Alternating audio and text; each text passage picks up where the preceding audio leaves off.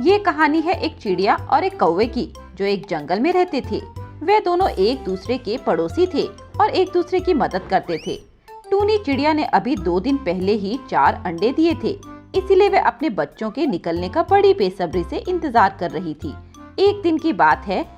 अरे, घर में रखा सारा भोजन तो खत्म हो गया। अगर आज मेरे अंडे फूट गए तो मैं अपने बच्चों को क्या खिलाऊंगी? मुझे तो इनके लिए खाने का इंतजाम करना होगा। अरे क्या हुआ टूनी, तुम इतनी उदास क्यों लग रही हो? मुझे बता, क्या पता मैं तुम्हारी मदद कर पाऊँ। कालू भाई, मैं भोजन को लेकर थोड़ी उदास हूँ क्योंकि मेरा सारा भोजन खत्म हो गया है। रात के खाने के लिए भी कुछ नहीं है। खाना तो मेरा भी खत्म हो गया है और काले भी भूखा है। भोजन तो मुझे भी लाना है, पर मैं तो चाहकर भी नहीं जा सकता हूँ क्योंकि मेरे पंख में चोट लग गई है। तो कालू भाई, अब तो एक ही रास्ता है। आप यहीं रहो और मेरे अंडों का ख्याल रखना। मैं अपने लिए और आपके लिए भोजन ले आऊंगी। ठीक है टूनी, मैं तुम्हारे अंडों का ध्यान रखूंगा।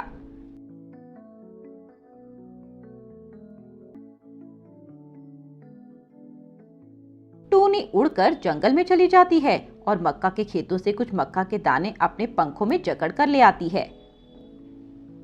ये लो कालू भाई, अपने हिस्से का भोजन, और ये 2 दाने ज्यादा काले के लिए। शुक्रिया टूनी बहन, आज तुमने मेरी मदद की। तुम नहीं होती तो हम तो भूखे ही मर जाते। अरे भाई, हम एक दूसरे की मदद नहीं करेंगे तो कौन करेगा? चलिए, आपका भी बहुत बहुत शुक्रिया कि आपने मेरे अंडों की रखवाली की।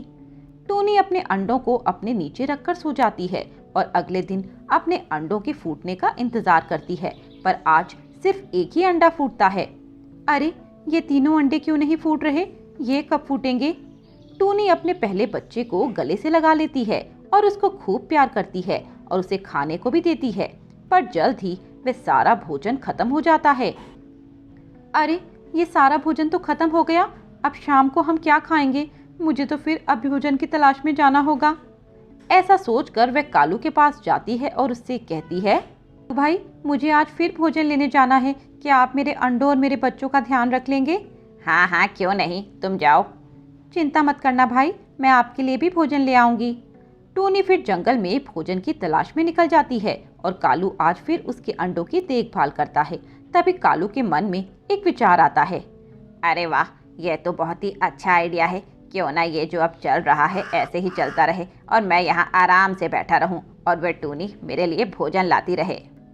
ये तो बहुत ही अच्छी बात होगी पापा जी। फिर आप और मुझे भोजन की तलाश करने की कोई ज़रूरत नहीं होगी और घोंसले में बैठे हुए हमें सब कुछ मिल जाया करेगा। बस यह सब ऐसे ही चलता रहे भगवान, फिर मैं तेरे नाम से भंडारे करवाऊंगा, भंडारे। शाम को टूनी आकर कालू को उसके हिस्से का भोजन दे देती है। कालू की तो अब मौज हो रही थी। उसे तो खाने की तलाश में कहीं जाने की जरूरत ही नहीं पड़ती थी। सब कुछ उसे बैठे बिठाए मिल जाता था। एक दिन जब टूनी भोजन लेने गई थी, तब उसके बाकी अंडे भी फूट जाते हैं और उसमें से बच्चे भी निकलने लगते हैं। अरे वाह, ये बच्चियां तो कितनी प्यारी हैं और कितनी सुंदर। टूनी चिड़िया तो सच में बहुत भाग्यशाली है कि उसकी इतनी सुंदर संतान है, और यह मेरी संतान पता नहीं किस पर गया है इतना काला। अरे पापा जी, आप क्या कहना चाहते हैं कि मैं सुंदर नहीं? और क्या, किस एंगल से सुंदर है तू? सुंदरता तो इसे कहते हैं। देख, टूनी की बेटियां कितनी सुंदर हैं। जब उनकी माँ सुंदर है इसीलिए यह सुंदर है। आप खुद को देखो, क्या आप सुंदर हो? आप सुंदर नहीं हो तो मैं कैसे सुंदर हो सकता हूँ? आप पर ही तो गया हूँ मैं, इसीलिए मुझे दोष मत दो। ये सब आपके कारण हुआ है। कालू चुप हो जाता है। तभी टूनी भी भोजन लेकर वापस आ जाती है। अच्छा हुआ टूनी, तुम आ गई। ये देखो, तुम्हारे सारे अंडे फूट गए और इसमें से बच्चे भी निकल गए। टूनी अपने बच्चों को देखकर बहुत खुश हो जाती है। कालू भाई, ये लो आपका भोजन, और मेरे अंडों का ख्याल रखने के लिए आपका बहुत बहुत शुक्रिया। कालू अपना भोजन लेकर अपने घर आ जाता है।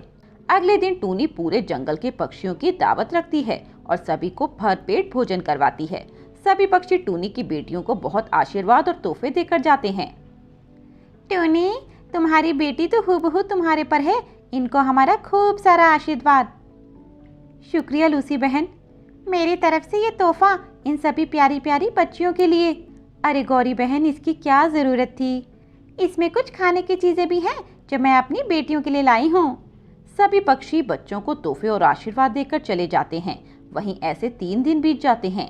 कालू का सारा भोजन खत्म हो जाता है। अरे यह टूनी भोजन ढूंढने नहीं जा रही, 3 दिन से यहाँ आई नहीं मेरे पास। पापा जी जाकर देखो एक बार मामला क्या है, ऐसे तो हम भूखे मर जाएंगे। हाँ बेटे तेरी बात में वजन है, रुक मैं अभी जाता हूँ। कालू टूनी के पास जाता है और उससे इस बारे में बात करता है। अरे टूनी क्या हुआ, सब ठीक तो है ना? तुम 3 दिनों से भोजन ढूंढने नहीं जा रही? वो मैंने पहले ही काफ़ी भोजन जमा कर लिया था। मुझे पता था मेरे बच्चे जब होंगे तो इन्हें भोजन की बहुत ज़रूरत होगी और कुछ खाने की चीज़ें मुझे इनके जन्मदिन पर मिल गई थी, तो मैं इसीलिए नहीं जा रही। कितने उपहार आए हैं ये देखो मेरी बेटियों के, उसमें सिर्फ और सिर्फ खाने की चीज़ें ही तो हैं, और क्या है?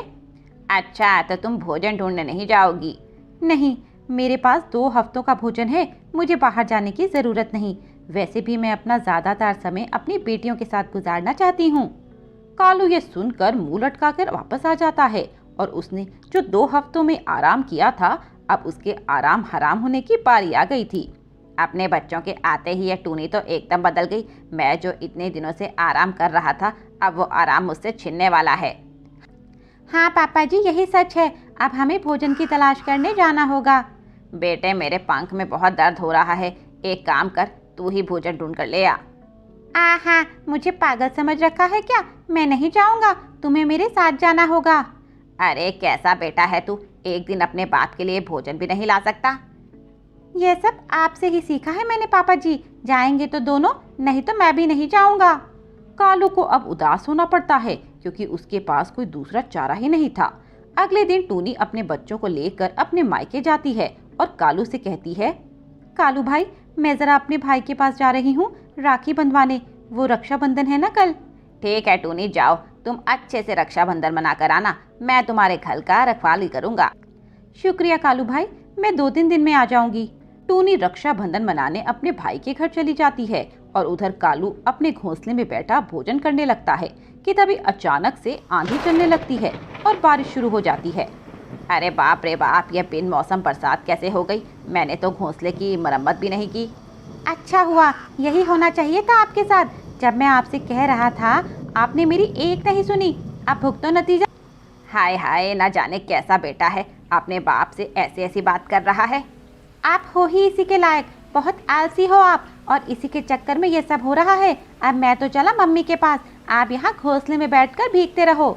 काले कालू को छोड़कर अपनी माँ के पास चला जाता है और आंधी तेज होने से कालू का घोंसला भी टूट जाता है।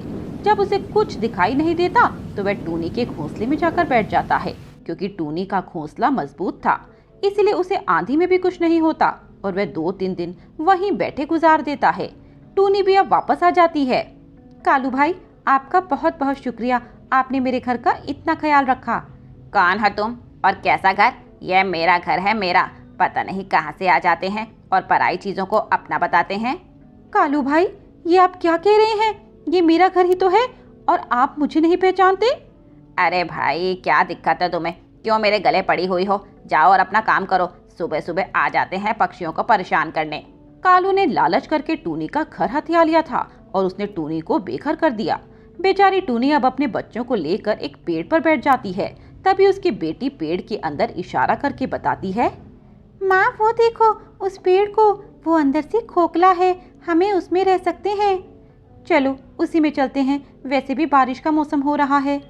वे सभी उस पेड़ के अंदर जाकर बैठ जाते हैं कि तभी तेज आंधी और बारिश शुरू होने लगती है।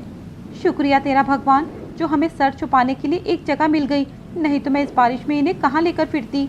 आंधी और तेज हो जाती है और कालू का घोंसला हिलने लगता है। अरे ये क्या हो रहा है, यह अचानक से आंधी और बारिश फिर क्यों आ गई?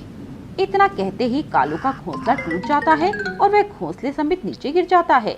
उसके साथ ही पेड़ पे एक भारी डाल उस पर गिर जाती है और उसके दोनों पैरों की हड्डियां टूट जाती हैं। हाय रे मर गया, मैं तो कहीं का नहीं रहा। पहले ही पंख जख्मी थे, अब पैर भी टूट गए, अब तो मैं चल भी नहीं पाऊंगा। हे भगवान ये तूने क्या किया, मैंने तो कभी किसी का बुरा नहीं किया था। ऐसा कहकर कालू जोर जोर से रोने लगता है। कालू को ये सजा उसकी करने की मिली थी जो उसने टूनी के साथ किया, वही कुदरत ने उसके साथ कर दिया। जैसे उसने टूनी का घर छीना, वैसे ही कुदरत ने कालू से भी उसका घर छीन लिया और साथ में दोनों पैर भी छीन लिए। इसीलिए कहते हैं कभी किसी के साथ बुरा नहीं करना चाहिए, कोई भला देखे ना देखे, भगवान जरूर देखता है।